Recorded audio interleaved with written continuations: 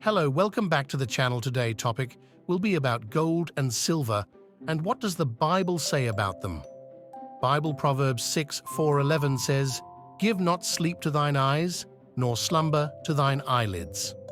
Deliver thyself as a roe from the hand of the hunter, and as a bird from the hand of the fowler. Go to the ant, thou sluggard, consider her ways, and be wise, which having no guide, overseer, or ruler, provideth her meat in the summer, and gathereth her food in the harvest. How long wilt thou sleep, O sluggard? When wilt thou arise out of thy sleep?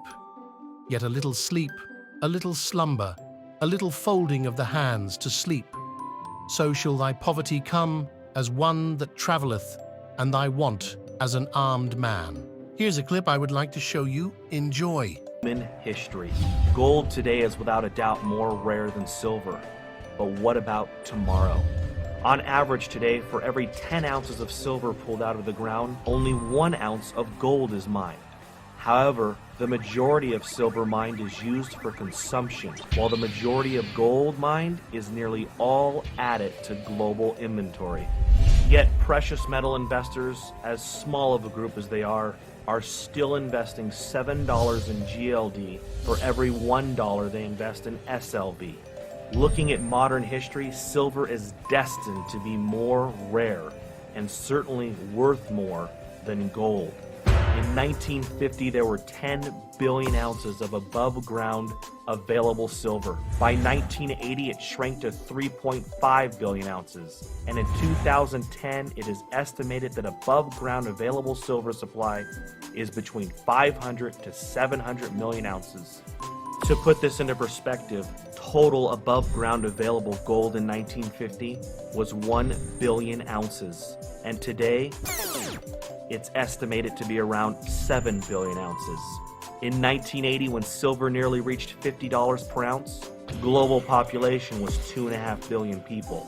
Global GDP was $10 trillion, and China had the 11th largest economy.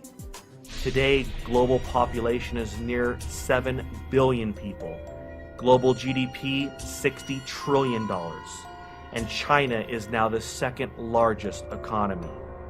So the population since 1980 is up 176%. Global GDP is up 500%. Above ground available gold is up 600%. Meanwhile, above ground available silver has plummeted at least by 91%, and the price is still down 46% from its 1980 high of $50 per ounce. To say the opportunity in silver is enormous is an understatement. Looking at the historical silver to gold ratio of 15-1, silver is highly undervalued today. It now takes 50 ounces of silver to purchase 1 ounce of gold. Even when ignoring the above ground supply deviation, mined metal production should at the very least bring that number to 10-1. Using today's prices with gold at $1,400, silver should be worth no less than $140 per ounce. Silver is being consumed more than ever, and it is a fact that there is less above ground available silver than there is gold. Industrial demand for silver is up 18% in just the last year. The need for silver is growing by the day. Silver is being consumed and used for bandages for wound care, batteries, brazing, soldering, catalytic converters, cell phones, computers, satellites, high-tech weaponry, lasers, digital technology, clothing, electronic circuit boards, ink, solar cells, water purification, wood treatment, antennas, RFID chips, freeway toll transponders, passports, and the list goes on. From 1990 to 2000, nearly 2 billion ounces of above-ground available silver disappeared to consumption. Yet industrial demand for silver was only 35% by the year 2000. Today, it's 54%. And looking at the new uses for silver, the silver production deficit will only widen. China, since 2003, has been growing its solar energy base by almost 100% every year. By 2014, the world will need 130 million ounces of silver just to satisfy 1 year of global solar demand. The world has consumed so much silver in the last 50 years that the last time above ground available inventory was this low was 1300 AD. The deficit of silver production has been met mostly from government stockpiles. The U.S. has dumped nearly 5 billion ounces since World War II into the silver markets. But as of 2010, according to the USGS, the government stockpile for silver are listed as none. The supply and demand deficit continues to be ignored by global investors year after year, decade after decade. Total mining production for 2009 was 710 million ounces. Total demand was 889 million ounces. That's a mining production deficit of 179 million ounces to meet demand. With each day comes a new use for silver, and the supply and demand deficit continues to eat away at the above ground available supply.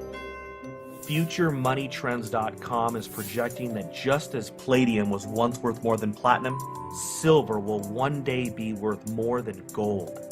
The demand for silver will continue to increase, yet mining production will never be able to keep up, depleting the above ground available silver supply possibly by the end of this decade. Silver may be the greatest investment in human history. How often doesn't any generation get the opportunity to invest in a finite resource that will soon be extinct? Here's a clip of countries and their gold holdings. This is an older clip, may I add. Economic instability, gold stands as a beacon of stability, instilling confidence in a nation's financial health. The mere presence of gold reserves bolsters currency stability. Diversification plays a crucial role. Gold is a tangible asset which enables countries to mitigate risks tied to fluctuations in the value of other assets. Which are countries with the largest gold reserves? Here's the list. The United States, topping the charts with a staggering 8,133.46 tons of gold. Germany securing the second place with 3,352.65 tons. Italy having 2,451.84 tons. France not far behind with 2,436.88 tons in its kitty. Russia showcasing its might with 2,332.74 tons. China commanding attention with 2,191.53 tons. Switzerland holding 1,040 tons. Japan crafting its economic strength, retaining 845.97 tons. India ranking 9th, yet impressive with 800.78 tons. The Netherlands rounding out the top 10 with 612.45 tons. India ranks ahead of countries like Saudi Arabia and the UK. What is also interesting when it comes to gold in India is the amount of bullion households own. Reports from 2023 state that Indian households possess a whopping 21,000 tons of gold. But why is having gold reserves so crucial for countries anyway? The most important reason behind countries stockpiling gold is that it is a stable storehouse of value. This precious metal has historically bolstered the value of a country's currency. Many nations view gold reserves as a way to maintain their currency's stability. A strong backup in times of economic uncertainty. Some countries even utilize gold for settling trade imbalances. The precious metal can serve as collateral for loans, too. Diversification is another reason. By holding gold, nations diversify their portfolio. Plus, the price of gold and the US dollar have an inverse relationship. When the dollar weakens, gold rates spike. During economic uncertainty, too, gold's value increases. For instance, when the Russia-Ukraine war began, the price of gold saw a spike. The same happened at the start of Hamas-Israel war. In other words, gold acts as a hedge in such crises. It is a critical tool for central banks to protect their reserves during market volatility. Coming from the book of Enoch, there my eyes saw all the secret things of heaven that shall be, a mountain of iron, and a mountain of copper, and a mountain of silver, and a mountain of gold, and a mountain of soft metal, and a mountain of lead. These mountains which your eyes have seen, all of these shall be like wax before a fire in the presence of the elect one, like the water which streams down from above on those mountains, and they shall be weak under his feet. And it shall come to pass in those days that none shall be saved, either by gold or silver, and none will be able to save themselves or escape.